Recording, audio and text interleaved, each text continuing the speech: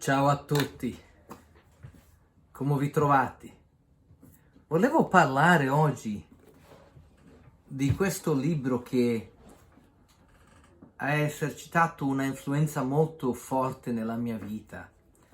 Il libro si chiama, lasciami vedere in italiano, Le 7 abitudini delle persone altamente efficaci. Le 7 abitudini. Tutti abbiamo delle abitudini, certo, siano queste abitudini salutabili o quelle non proprie che possono contribuire per la nostra felicità o per essere altamente efficaci. Così che voglio parlare nel futuro individualmente di cada una di queste abitudini, ma per oggi volevo semplicemente dare una idea generale di quali sono queste 7 abitudini. Quando ho cominciato a lavorare come coach, inizialmente il mio modello di coaching era praticamente interamente basato in questo modello di Stephen Covey, che è l'autore di questo libro. Con il tempo ho ricevuto addestramento nell'area di metodologia di Tony Robbins, ma veramente raccomando questo libro perché credo che tutti possiamo ottenere alcuna cosa di valore di questa lettura. Vi lascio sapere quali sono queste abitudini. Numero 1. Essere proattivo. E questo significa scegliere la nostra reazione emozionale invece di semplicemente reagire perché siamo arrabbiati con qualcuno. Questo sarebbe il primo abito, essere proattivo. Il secondo è inizia pensando alla fine. È veramente un problema di iniziare qualcosa, sia questo una impresa, una compagnia, un lavoro, sia una relazione, anche una conversa con qualcuno, senza avere chiarezza sopra qual è la nostra fine, chi è quello che noi vogliamo raggiungere. Il terzo abito è dai la precedenza alle priorità. È difficile, no? Se hai una adunanza importante, ma quello gioco di calcio anche importante, o forse un altro appuntamento, come puoi veramente dare priorità, precedenza a quello che è più importante? Ovviamente dobbiamo imparare a identificare quali sono le cose veramente importanti per noi. Il quarto, questa quarta abitudine è pensa a vincere. E cosa significa questo?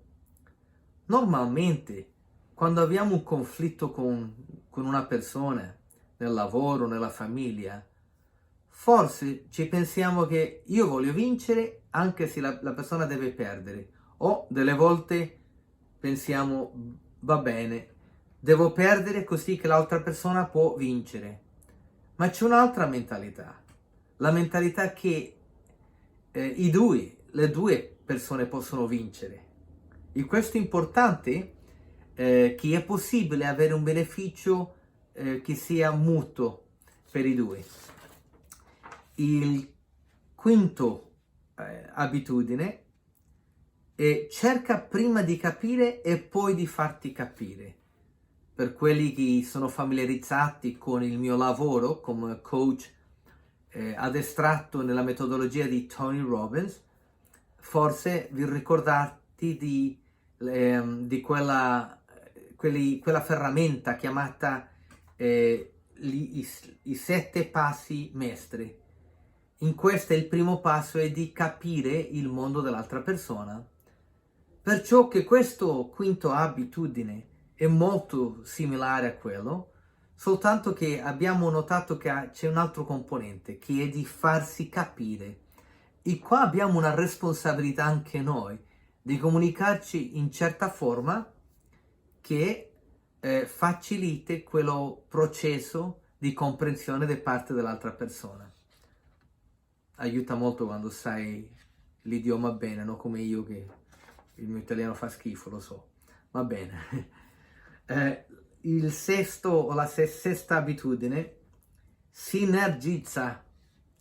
Questo significa poter combinare i recursi per avere un risultato che è maggiore che la somma dei componenti individuali.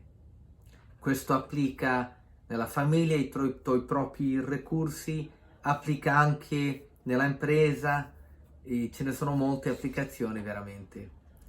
Il settimo abitudine è affila la lama.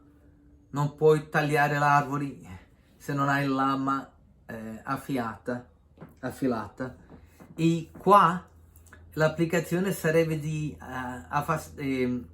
avere un tempo preciso per rinnovarci in forma, in senso spirituale, mentale, emozionale. Questo sarebbe affilare la lama. Bene, là avete uno schema generale di queste 7 abitudini delle persone altamente efficaci. Nel futuro parliamo un po' più sopra ognuno di questi.